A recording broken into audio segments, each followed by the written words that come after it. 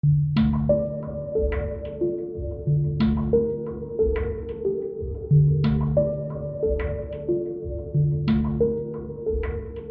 to the Underclass Podcast with Austin Picard. I'm an independent researcher who can't stomach being lied to on a daily basis by the mainstream media, while we live in a fracturing society launched into parallel realities, falling perfectly onto the two sides of the political spectrum. I remain in the underclass.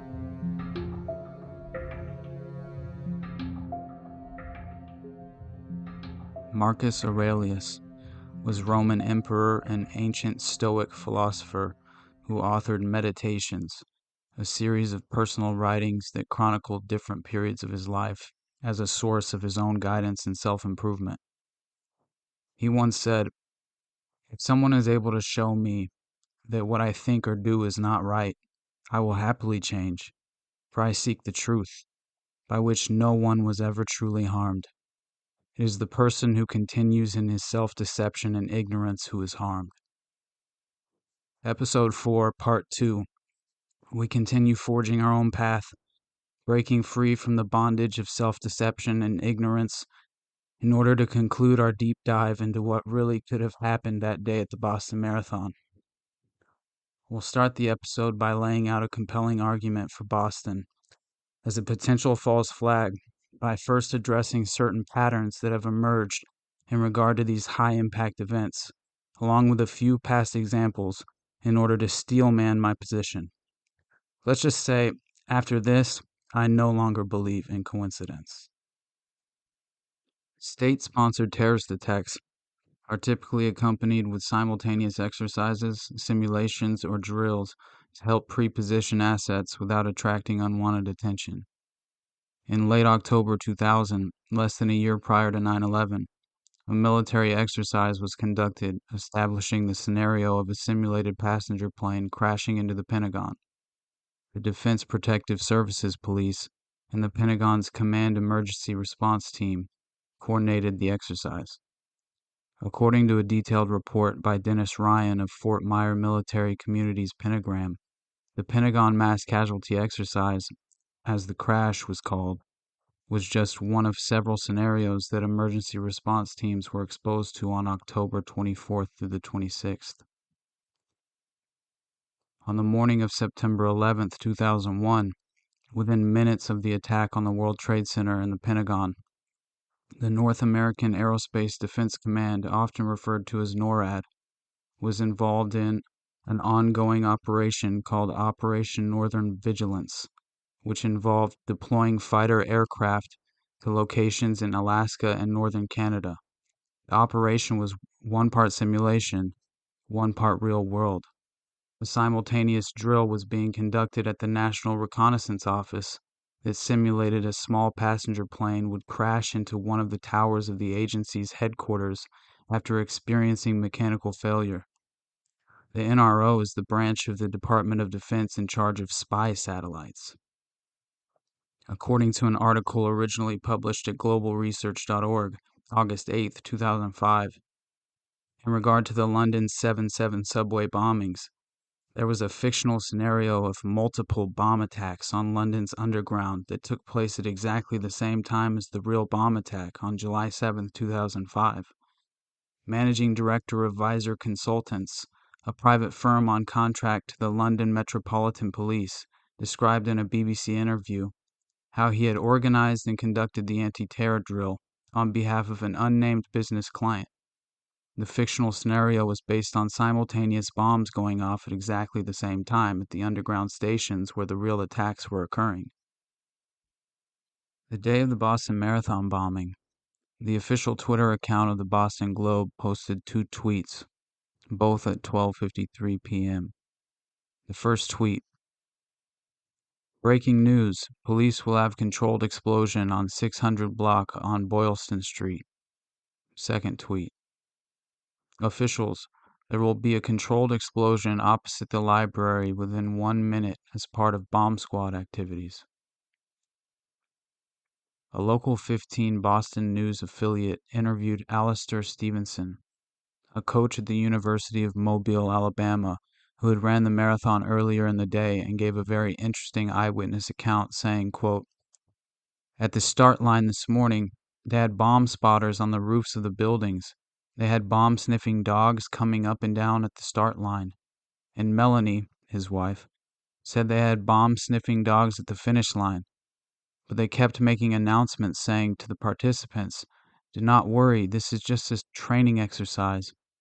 Well, evidently I don't believe they were just having a training exercise. I think they must have known, they must have had some kind of threat or suspicion called in, but we were told on a loud announcement that we shouldn't be concerned. It was just a drill. So maybe it was just a drill, but I've just never seen a drill like that at any major marathon that I've done. So, that just concerned me that this is the only race that I've ever done in my life where I've seen dogs sniffing for explosives, and that's the only race where there's been an explosion. So like I said, it really could have just been a drill, but I've never seen anything like that." End quote. Richard Serino is a distinguished senior fellow at Harvard University's School of Public Health, and according to his bio, he was appointed by President Obama and confirmed by the Senate as the Federal Emergency Management Agency's 8th Deputy Administrator in October 2009, and served until 2014. In this role, he also served as the Chief Operating Officer in charge of a $25 million federal budget. Prior to his appointment as Deputy Administrator at FEMA, he spent 36 years at Boston Emergency Management Systems, where he rose through the ranks to become chief. He also served as the Assistant Director of the Boston Public Health Commission. Still available at us.archive.org, you can find every slide of the PowerPoint presentation authored in 2008 by then Director of Boston's Emergency Medical Services, Richard Serino, with the title Marathons, A Tale of Two Cities in the Running of a Planned Mass Casualty Event, in which it provides a detailed and fully operationalized plan for carrying out a mass casualty drill, uncannily similar to what transpired at the Boston Marathon bombing on April 15, 2013. Official reports confirmed that this was the third year in a row for the city of Boston scheduled to run Operation Urban Shield, which was a United States DHS federally funded training exercise developed to test the response of law enforcement and other public safety personnel in a major emergency, funded by a $200,000 Homeland Security grant due to the 2011 Presidential Policy Directive 8, titled National Preparedness. According to an article at the Boston Globe published June 8, 2013, with the title, Police Response Training Planned, but Bombs Hit First. Quote, scenario had been carefully planned. A terrorist group prepared to hurt vast numbers of people around Boston would leave backpacks filled with explosives all around the city, spreading waves of panic and fear. The operation was meant to train dozens of detectives in the greater Boston area to work together to thwart a terrorist attack. The hypothetical terrorist group was even given a name, Free America Citizens, according to a copy of the plans obtained by the Boston Globe. The planned exercise has eerie similarities to the police investigation that led to the capture of the alleged Boston Marathon bombers Tamerlane and Zahar Tsarnaev, whose images were caught on video cameras and who were captured after a car chase and shootout with police. In the training scenario, investigators participating in Urban Shield would have to track down footage of the bombers caught by street surveillance cameras and the phones of witnesses.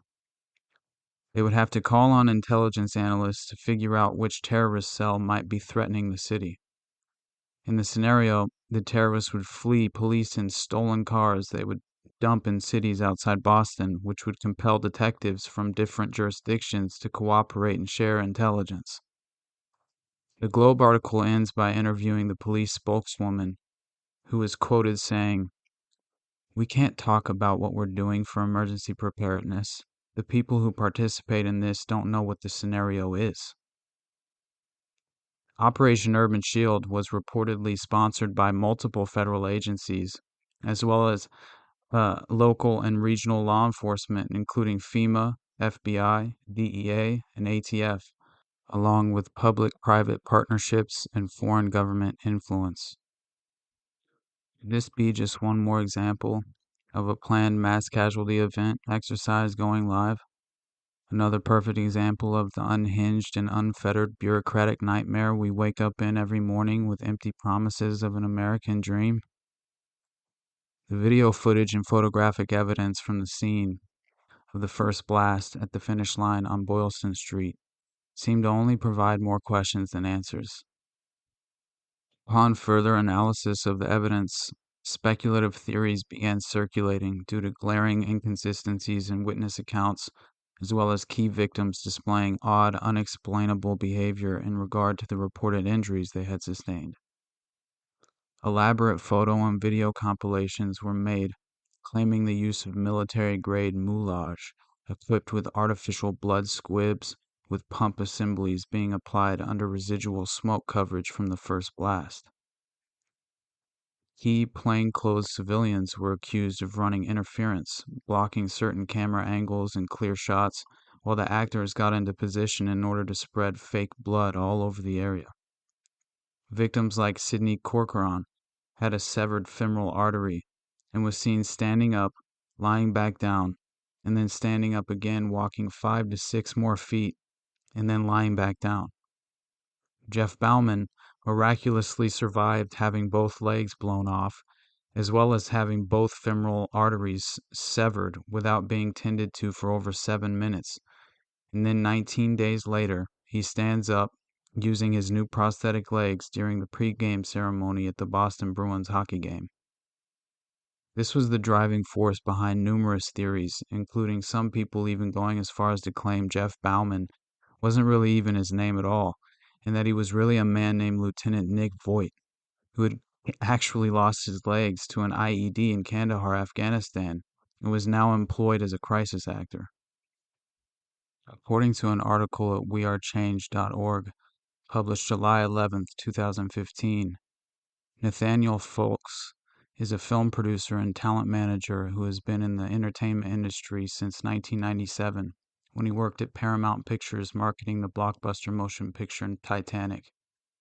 In an interview, he claimed that based on his experience as a movie producer, he'd become convinced that the Boston bombing wasn't real, but it was something called hyper-reality filmmaking, and that he knows some of the people who were involved.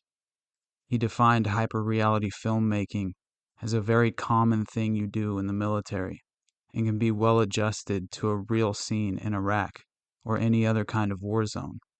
In a hyper-reality scene, people can see and feel and help what appears to be a real injured person, but the injured person is actually an amputee crisis actor with help from a makeup artist. He claimed that what was supposedly live television broadcasting, he knew wasn't live at all, but edited, because in live footage, you don't cut from one scene to the next. He said the TV footage was also using older technology for grainy resolution instead of the HD res available at the time. Folks says, "You can see the person who put on the makeup on these people," and refers to a woman in pink with a makeup bag who goes to each victim. "She's not helping them, she's putting their makeup on." Once the FBI asked the public for help identifying the alleged perpetrators, dozens of photographs rolled in accusing men from the finish line in tan cargo pants, tan military boots, black jackets, and black hats with a logo that looked very similar to the Punisher skull, with red crosshairs in the left eye. These men had indeed been present, well over a dozen seemingly stationed around the finish line area, some of them wearing backpacks.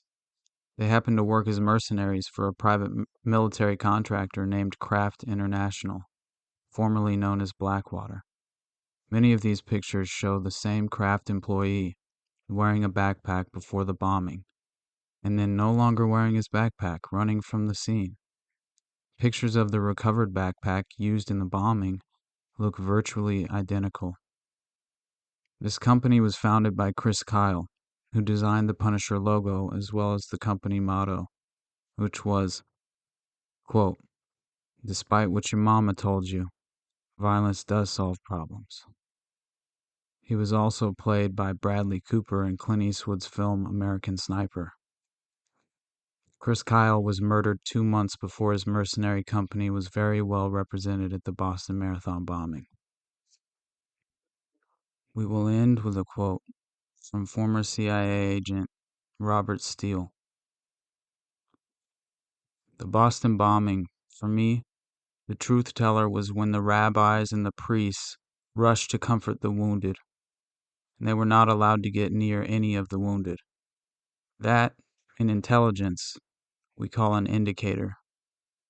And then you add to that the fact there were no wounded people taken to hospitals. And finally, you add to that the big to-do about the amputee. He turned out to be a hired actor for a company that specializes in putting amputees into battlefield simulations. False flag. Boston was a practice attempt to lock down an entire city. End quote.